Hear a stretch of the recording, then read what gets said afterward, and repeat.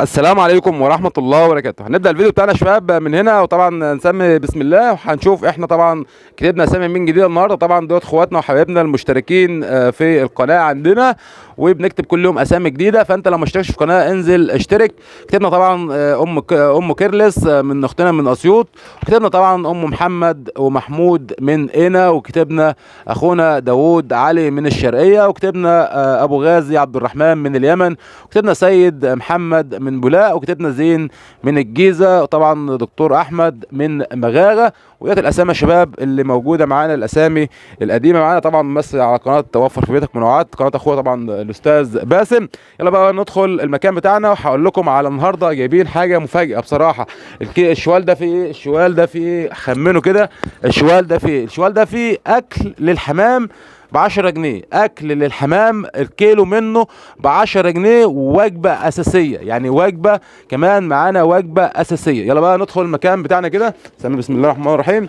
يلا اقول لكم احنا في ايه جديد النهارده. ولكن تعالى بقى اوريكم اليمام، عشان انا حزين على اليمام بصراحه. طبعا مسي على الحمام اللي عندنا. طبعا ام اياد يا شباب اهي،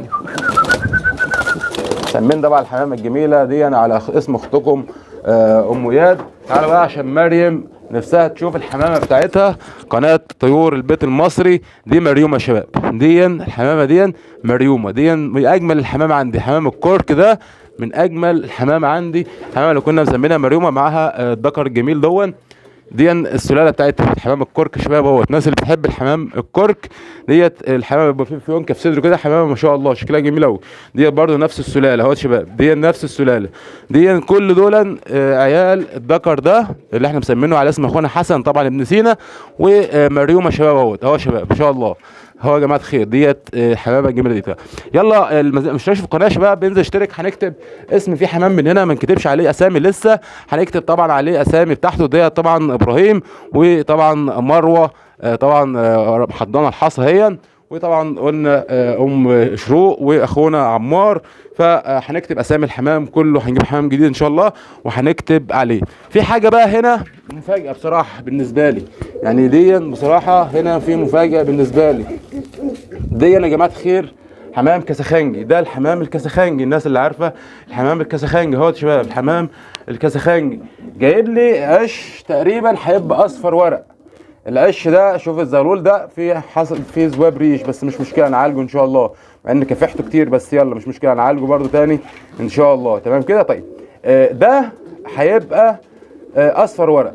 ده انا بخمن بنسبه كبيره ان ده هيبقى اصفر ورق، وده بيرجع للجدود. ده بيرجع للجدود. ده الكسخنجي ده هيبقى كسخنجيه ان شاء الله زيهم، ولكن ده هيبقى اصفر ورق، وده هيبقى بيرجع للجدود، لان الاهالي دي شكلها فيها دم غريب، شكلها فيها دم غريب مش نفس الدم. تمام كده. طيب تعالوا بقى نطمن على الامام بسرعه. وفي طبعا مفاجاه مش كويسه، يعني بصراحه انا زعلان بصراحه. الامام يا جماعه خير، الناس اللي عارفه ان احنا بناكل الامام ده يدوي بعد ما فطمناه. اليمامه الثانيه بصراحه ما لقيتش غير اليمامه دي. وطبعا ده كان خطأ مني، لان انا طبعا نفس الخطأ، ان المكان ده مفتوح بالشكل ده. فانا بخمن ان هي تكون طلعت، وان هي لان هم لسه بيتعلموا الطيران، عشان بس الناس اللي هتسأل على اليمامه التانية بصراحه والله مش لاقيها. فادعي الله ان انا الاقيها تاني في المكان عندي. طيب خلينا بس عشان احنا ما كلفناش الحمام، هقول لك الكلفه ايه اللي احنا بنكلفها للحمام، او الكلفه ايه. 10 جنيه. هتقول لي في كلفه ب10 جنيه، هقول لك ايوه دلوقتي ممكن تشتري كلفه ب10 جنيه. كلفه اكل الحمام ب10 جنيه. ناس بتقول الكلفه 25 جنيه، هقول لك هتجيب ايه وتحطه على الكلفه دي. تعال بس نشوف ايه اللي احنا جبناه ب10 جنيه ده. ندخل طبعا نبص كده الاول. بسم الله الرحمن الرحيم. ده يا جماعه خير قمح. ده موسم حصاد القمح. لازم تستغل موسم الحصاد ده دلوقتي باي شكل، باي شكل. لازم تستغل الوقت ده باي شكل. ليه؟ لان الوقت ده القمح بيبقى رخيص جدا، بيبقى رخيص جدا. الارداب بالقمح النهارده ب 2000 جنيه. الارداب ده بيبقى عامل 160 كيلو. الارداب ب 160 كيلو. طبعا الموضوع ده بيختلف، انا عارف ان في ناس متابعني من جميع المحافظات، ولكن الموضوع ده هيختلف بقى من محافظه للتانيه. انت بتبيع الارداب ب 150، ده التاني بيبيعه 160 كيلو. فلو حسبتها في العموم على 160 كيلو هتلاقي ان القمح الكيلو منه عامل 12 جنيه ونص.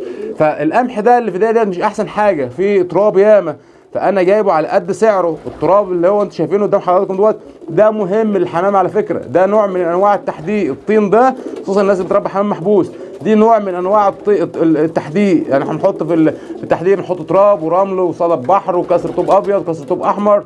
فالطين ده مهم للحمام، مفيد للحمام. تمام.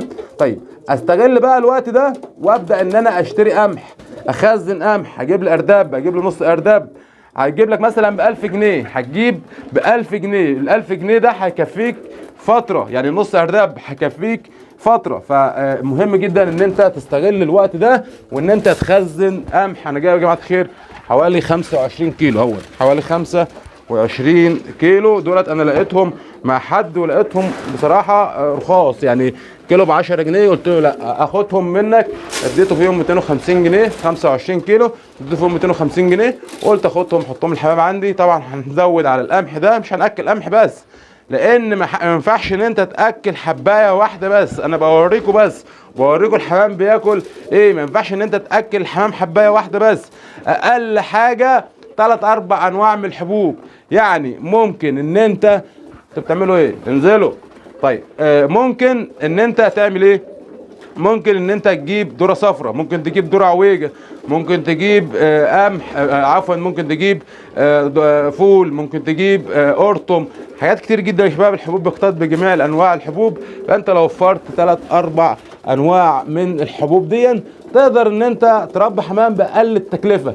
كيلو الكلفة بيوصل في اوقات من السنة ل 25 جنيه، كيلو الكلفة بيوصل في اوقات من السنة ل 25 جنيه. فانا لا، طب انا ايه اللي خلاني اجيب كلفة ب 25 جنيه؟ الناس اللي هي بتربي بال 100 جوز وبال 200 جوز، في ناس كتير جدا بتربي كميات عندها. فلا، انت استغل الوقت ده من السنة واشتري شوية قمح. دي انت تعتبر ارخص حباية احنا بنقدمها للحمام، ارخص حبايه بنقدمها للحمام اللي هو القمح. فانت استغل الوقت ده، استغل الوقت ده واشتري قمح وخزن عندك. القمح شباب رخيص جدا وفرصه صراحه، يعني انا قلت لازم اقول لكم فرصه النهارده الناس اخواتنا اللي ساكنين في الارياف. اشتري قمح وخزن قمح عندك ان شاء الله تعالى، هيوفر معاك كتير جدا في الاكل عندك. طبعا بتمنى الفيديو بتاع النهارده يكون عجبكم ويكون قدم لكم معلومه. الناس اللي ما اشتركش في القناه يا شباب لازم تشترك في القناه، عايزين نوصل ل 1000 مشترك في اسرع وقت عشان نفتح بث مباشر من على القناه ديت. اشوف الشكر على خير يا شباب، استودعكم الله، السلام عليكم ورحمه الله وبركاته.